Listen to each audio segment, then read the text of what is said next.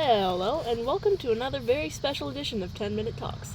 I'm your host, Seth Humboldt Kaufman, and this is my co-host for today. Hello.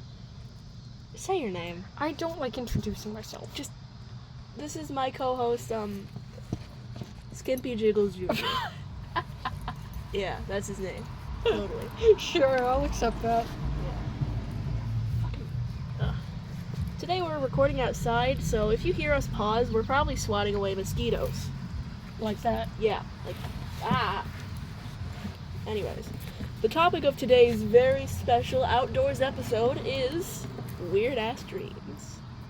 And our conversation began much earlier than I decided to record this, but... Griffin, come here. Oh, sorry. He had a Skimpy Jiggles Jr.'s dog is also here with us. He had a mosquito in his paw. Oh. But I'd like to continue our topic by starting off with another very weird dream I had that Skimpy Jiggles Jr.'s... Yeah, I'm gonna keep referring to you as that.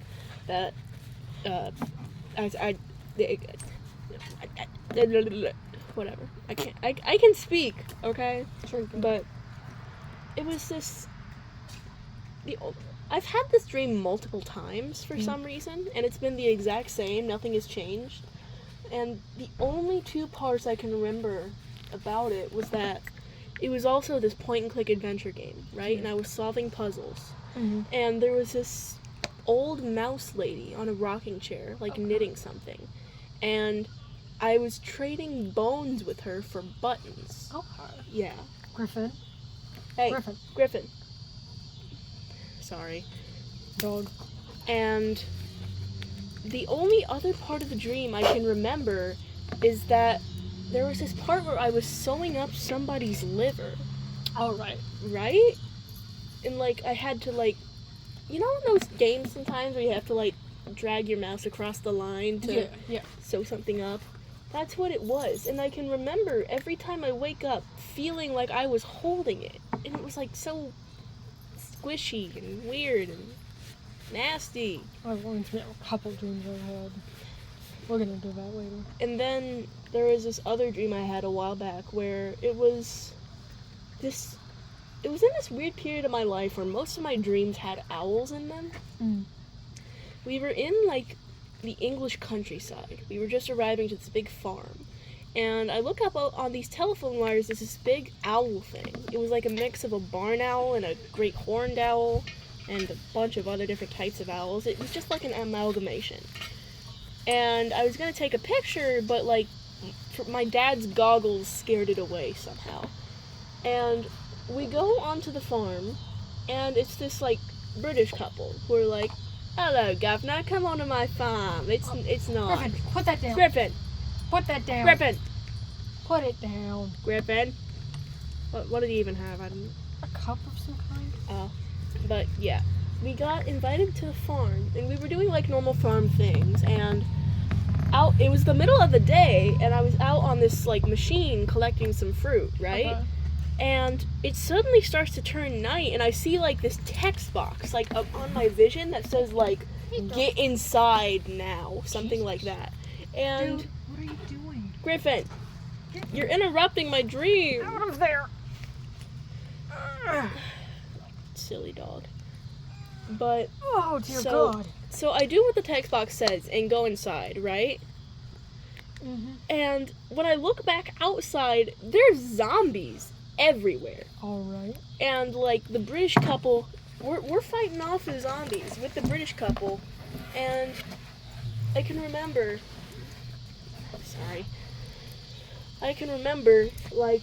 at the end of the dream, there were these bunch of zombies surrounding me because they wanted the fruit that I collected earlier.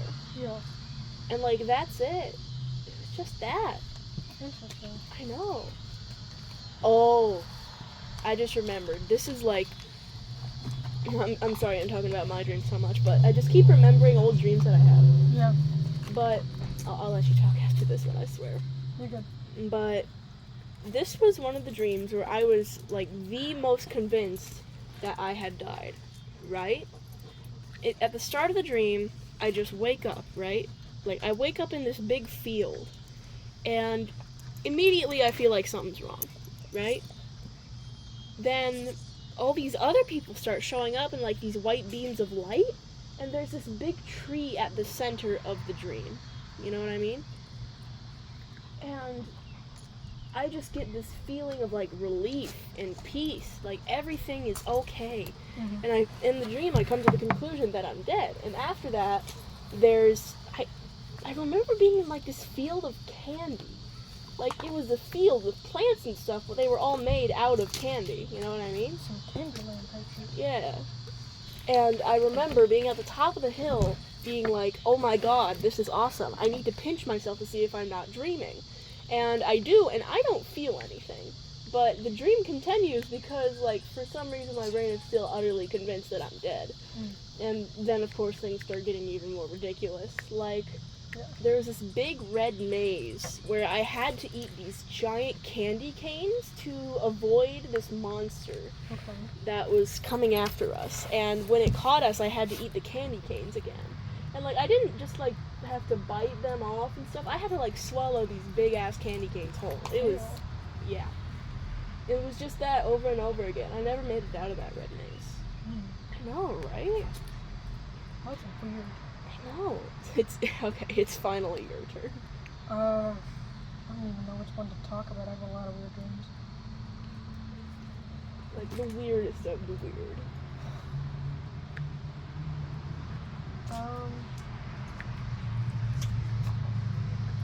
If you want to talk real weird, I got one for you. I'm listening. Alright, so this one was quite a few years back at this point.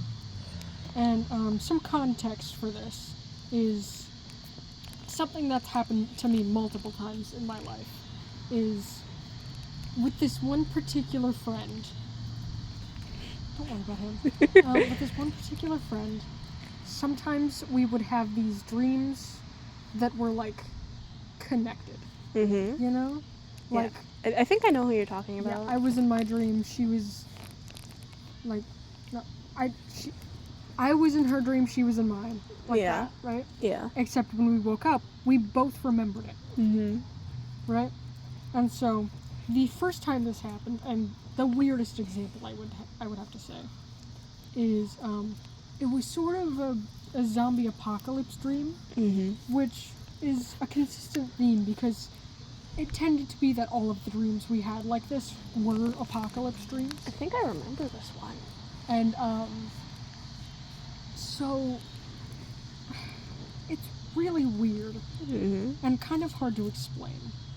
But the gist of it is that I was with this group, right, in this apocalypse, and one of them was kind of like a half-turned zombie. And one detail about this guy is that he had, like, I don't know, a piece of, like, some sort of debris or something sticking out of his knee. Ugh, that's getting us demonetized. Yeah.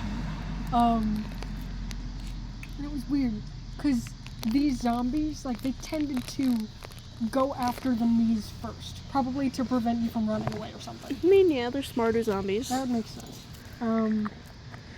And so, this half-turned zombie guy, he got attacked while we were talking about, like, a plan. Yeah. And so, this other girl we were with, she was really out of place for the scene. She was, like, this pretty girl with, like, these blonde curls, and, like, she had this little white dog, and she just completely out of place, and she had, like, bows and a teddy bear. It was weird. Really weird. Yeah. And so when this guy gets attacked, she grabs my arm, she pulls me up this hill where there's this, like, little kind of cabin-ish house, right? Yeah. She pulls me inside. It's really empty in there.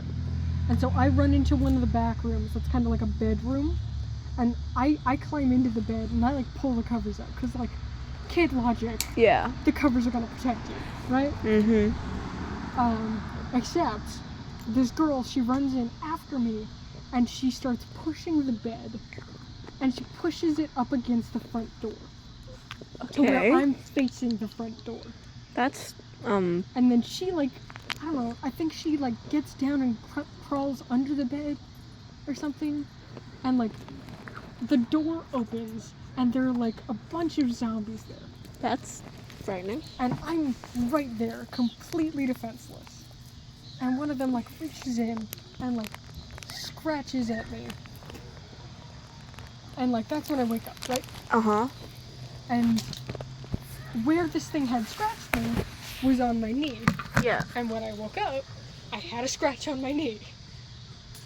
And the thing is, this girl, this weird little girl, wasn't even the last time or the first time I'd seen her. Huh. So she was like a recurring character, except she wasn't a little girl at all, which I knew from other weird vision things I've had.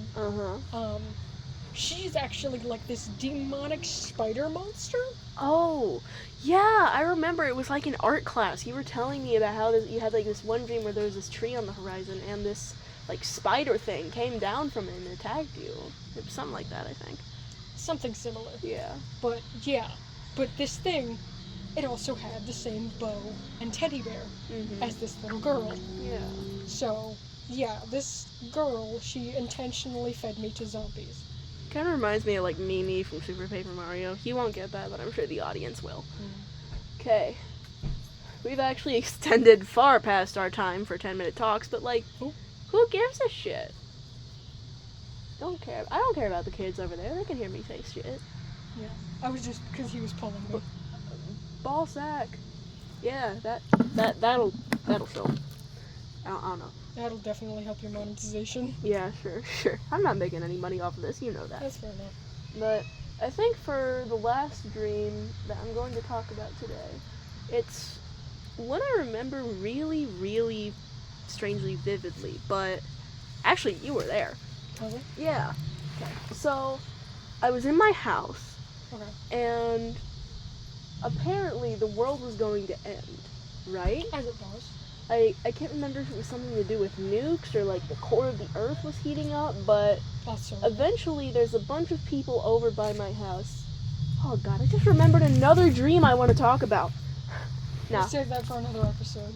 No, I want to Maybe we'll do a part 2. No, I want to talk about it now. It'll be this is the penultimate dream. Okay. I'm sorry, I keep rambling. But there was a bunch of people over by my house, and there was this boy I remember so vividly.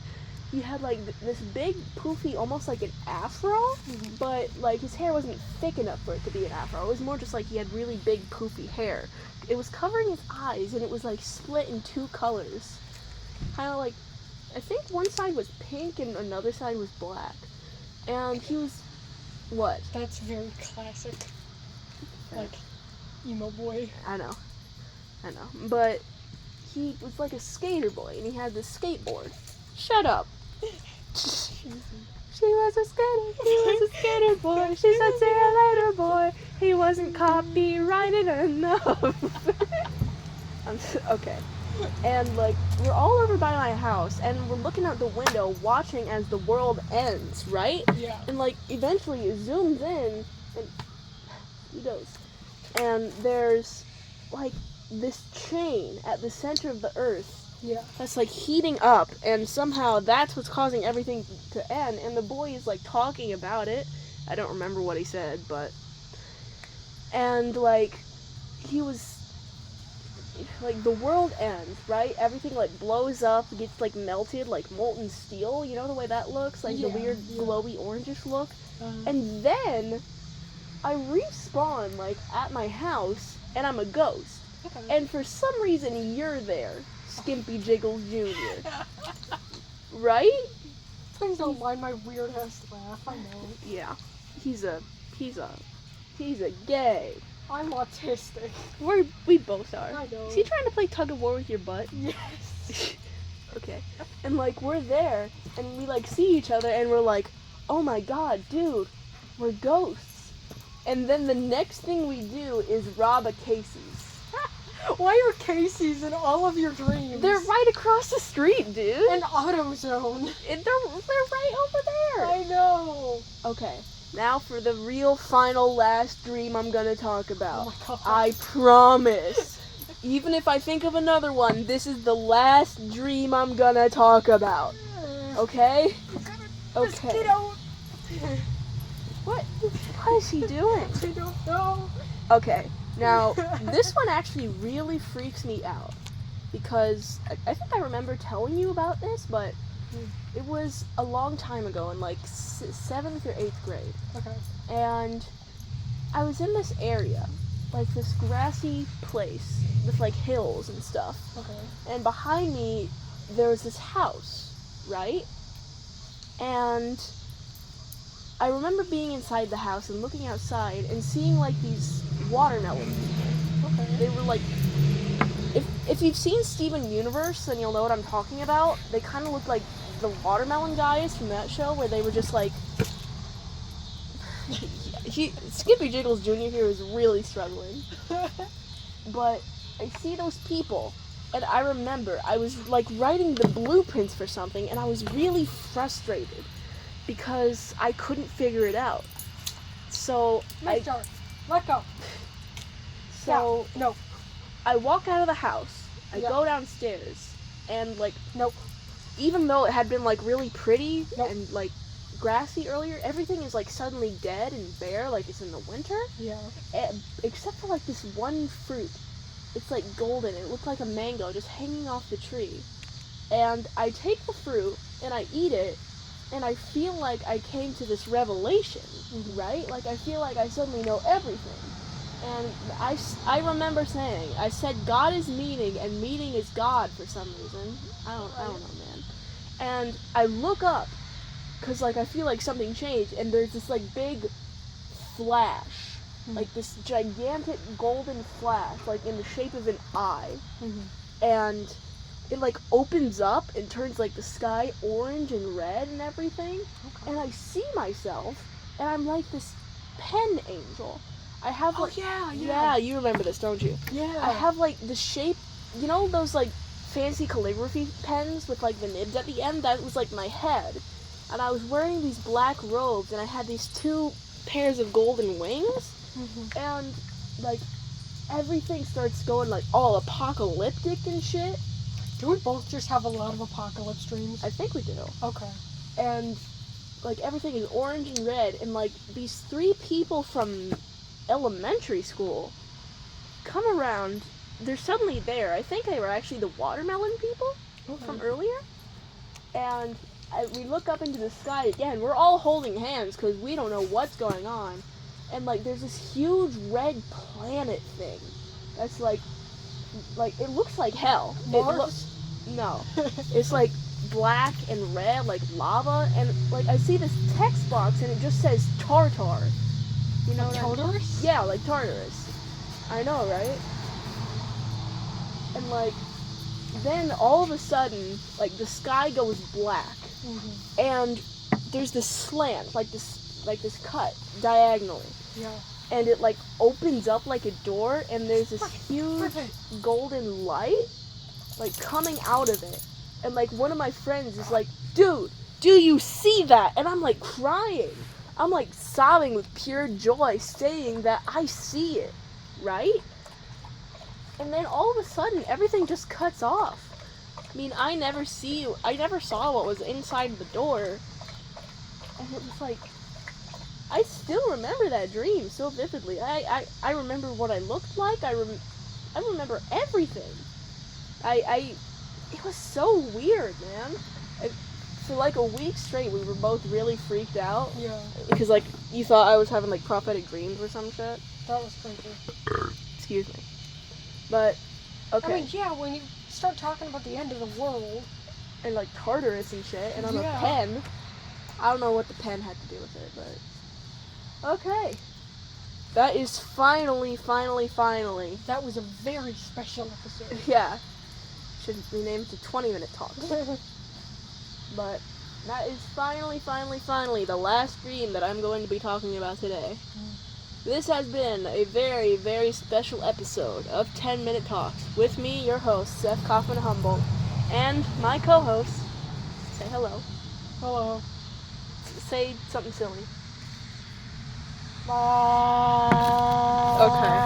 Okay, stop. and my co-host, Skimpy Jiggles Jr. Thank you for joining us. Signing off.